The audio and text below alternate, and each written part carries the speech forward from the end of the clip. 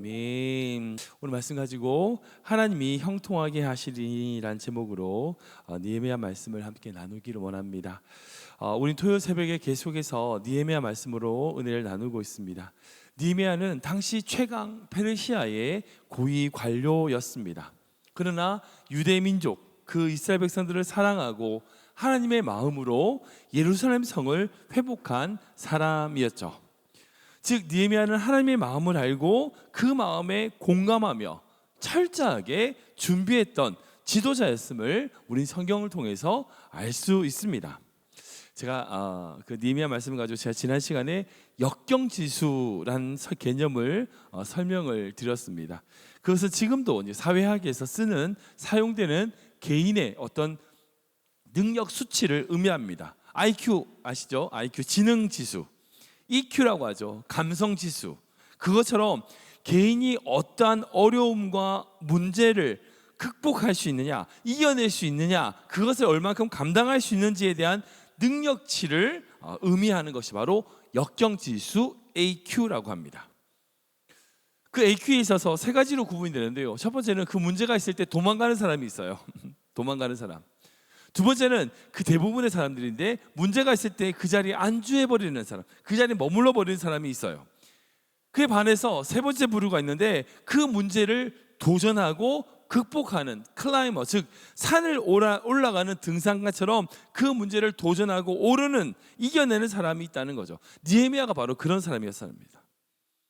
그래서 제가 그 지난주에 그 느헤미야가 이 클라이머로서 그 역경을 이겨내는 사람으로서 두 가지 부분을 구체적으로 말씀을 드렸어요. 첫 번째는 그 어려움에 대하여 철저하게 준비한 사람이었다. 대비하고 있는 사람이었다. 두 번째는 우리라고 하는 단어를 통해서 자신 혼자 그 문제를 대처하는 것이 아니라 이스라엘 백성들과 함께 그 문제를 이겨내는 그런 사람이었다. 그러니까 안주하려는 그 이스라엘 백성들을 독려하고 함께 이루어내는 리더십의 사람이었다는 것을 살펴보았습니다.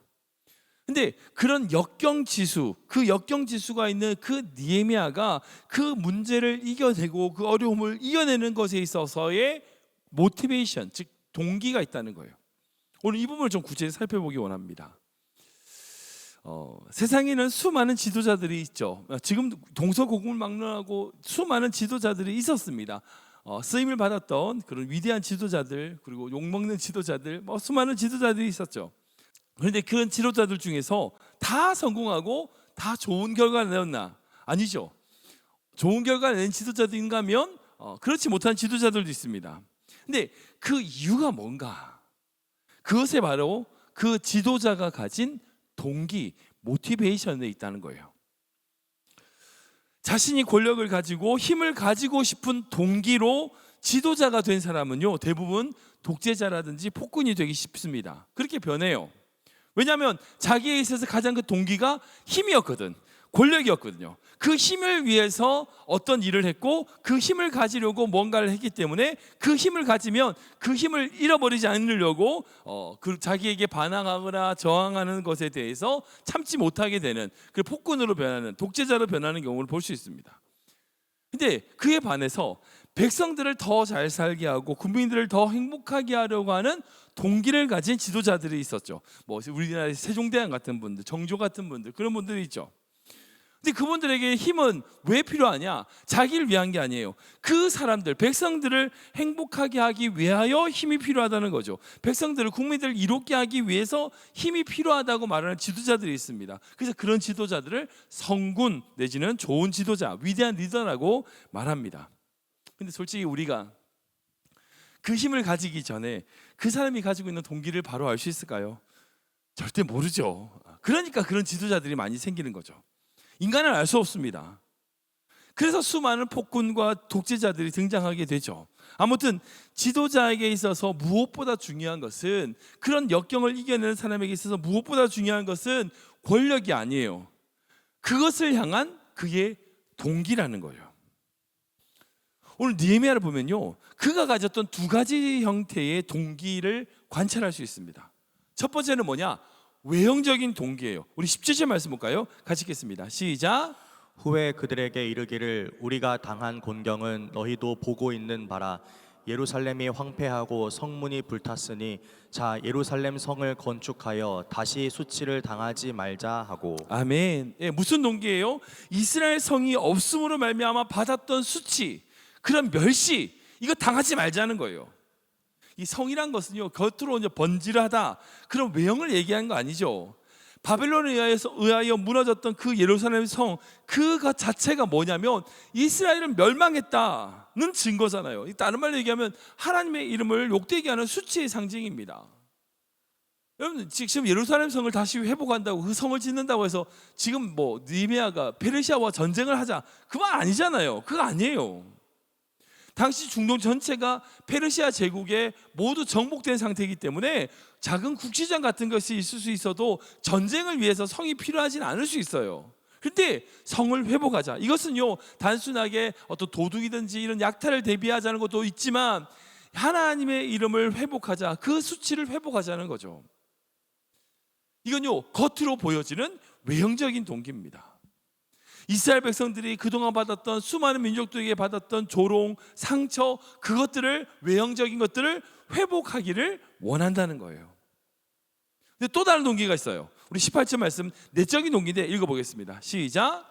또 그들에게 하나님의 선한 손이 나를 도우신 일과 왕이 내게 이런 말씀을 전하였더니 그들의 말이 일어나 건축하자 하고 모두 힘을 내어 이 선한 일을 하려 하매. 아멘.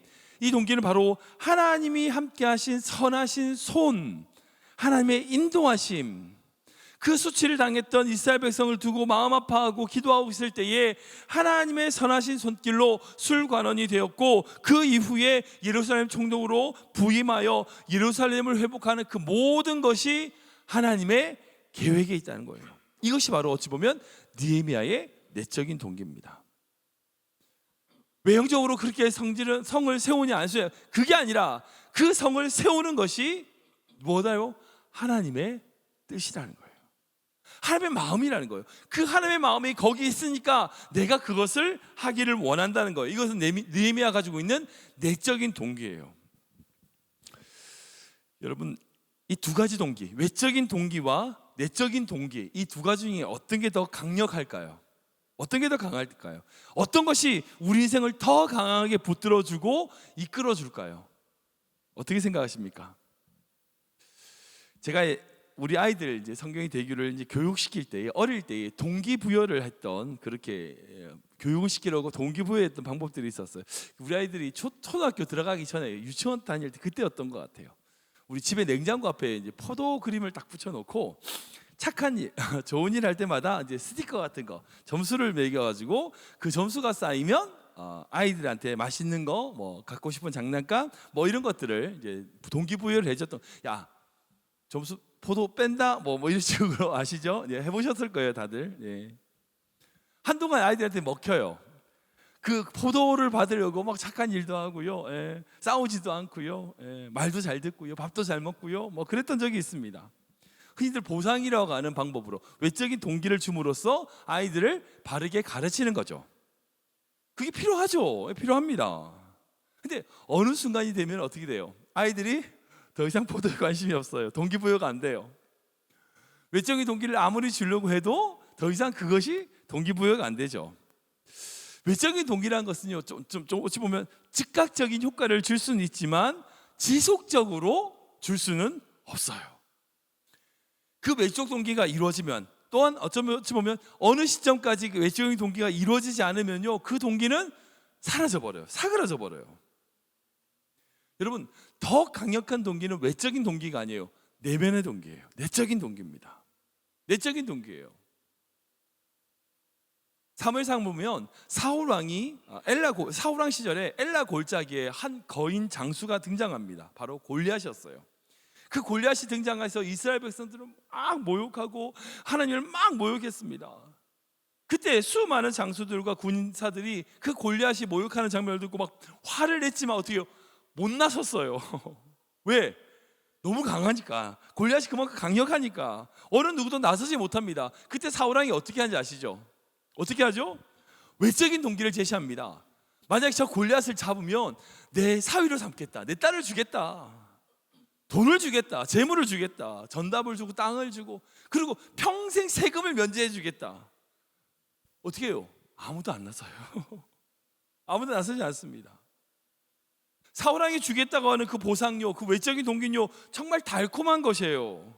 네, 그 골리앗을 죽이기만 하면 평생 놀고 먹을 수 있습니다. 편하게 살 수 있어요. 명예도 얻을 수 있고요, 권력도 얻을 수 있고요, 부귀도 얻을 수 있어요. 근데 죽으면 어때요? 아무 소용 없잖아요.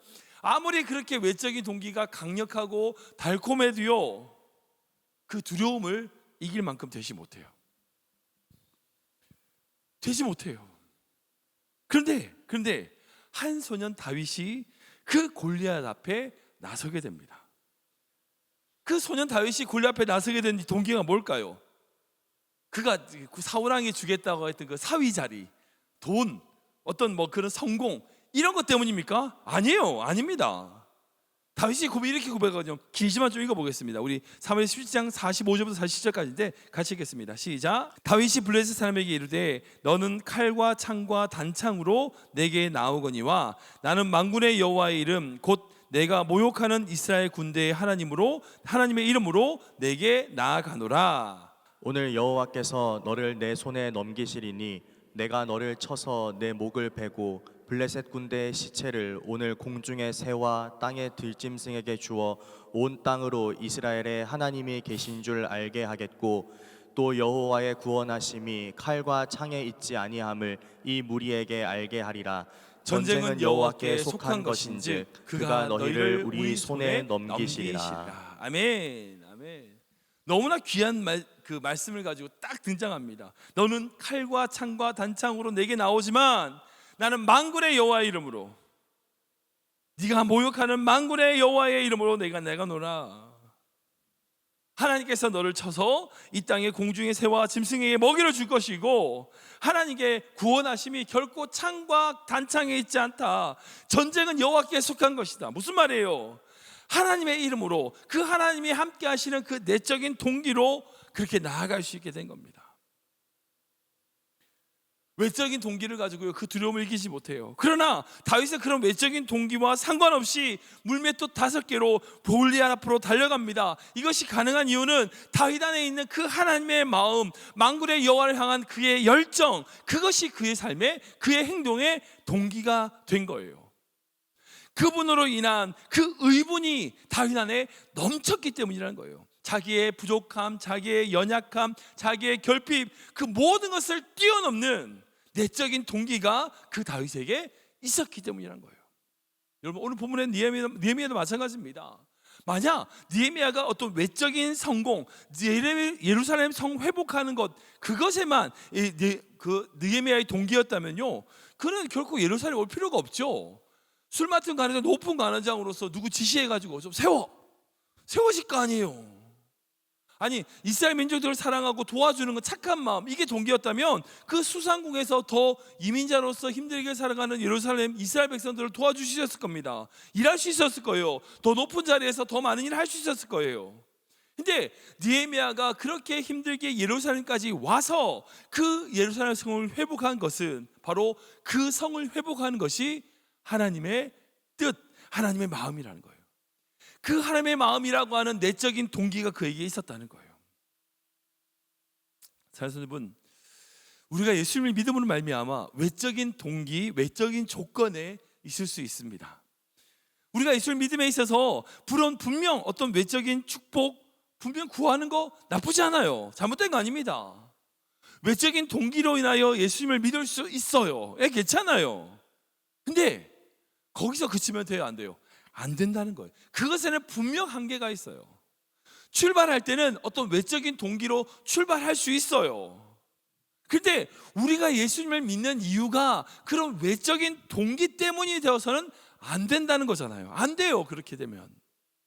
진짜 중요한 것, 정말 중요한 것은 예수 그리스도를 위한 삶, 우리 안에 그 내적인 동기, 주님이 원하시고자 하는 그 하나님의 뜻, 그것을 추구하면서 하루하루 살아야 되는 거잖아요. 예수님 믿어서 복을 받고, 예수님 믿어서 건강해지고, 예수님 믿어서 성공해지는 그것에 초점 맞춰지는 인생이 아니라 그 예수님이 우리의 목적이 되어야 된다는 거예요. 여러분, 그것을 신앙의 성숙이라고 그래요. 성수되지 못한 자는요, 외적인 동기가 좌우됩니다. 그 외적인 동기가 없어지면요, 예수님 안 믿는다 그래요.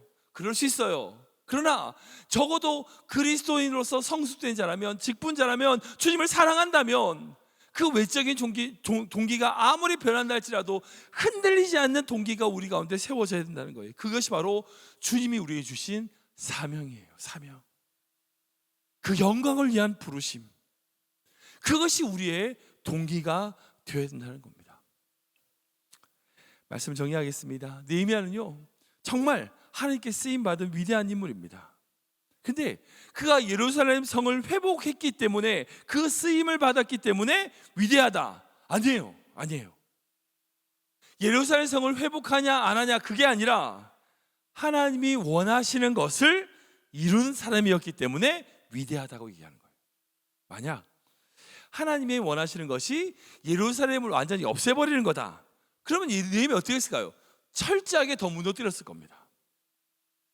성을 회복하냐 회복하지 않냐, 그게 수치를 당하냐 안 당하냐, 그게 인생의 동기가 아니에요. 외적인 것은 분명히 하지만 그것이 그의 인생의 전부가 아니었어요. 그의 온전한 동기는 하나님의 마음, 하나님의 뜻, 하나님의 손, 그분 한 분이었다는 거예요.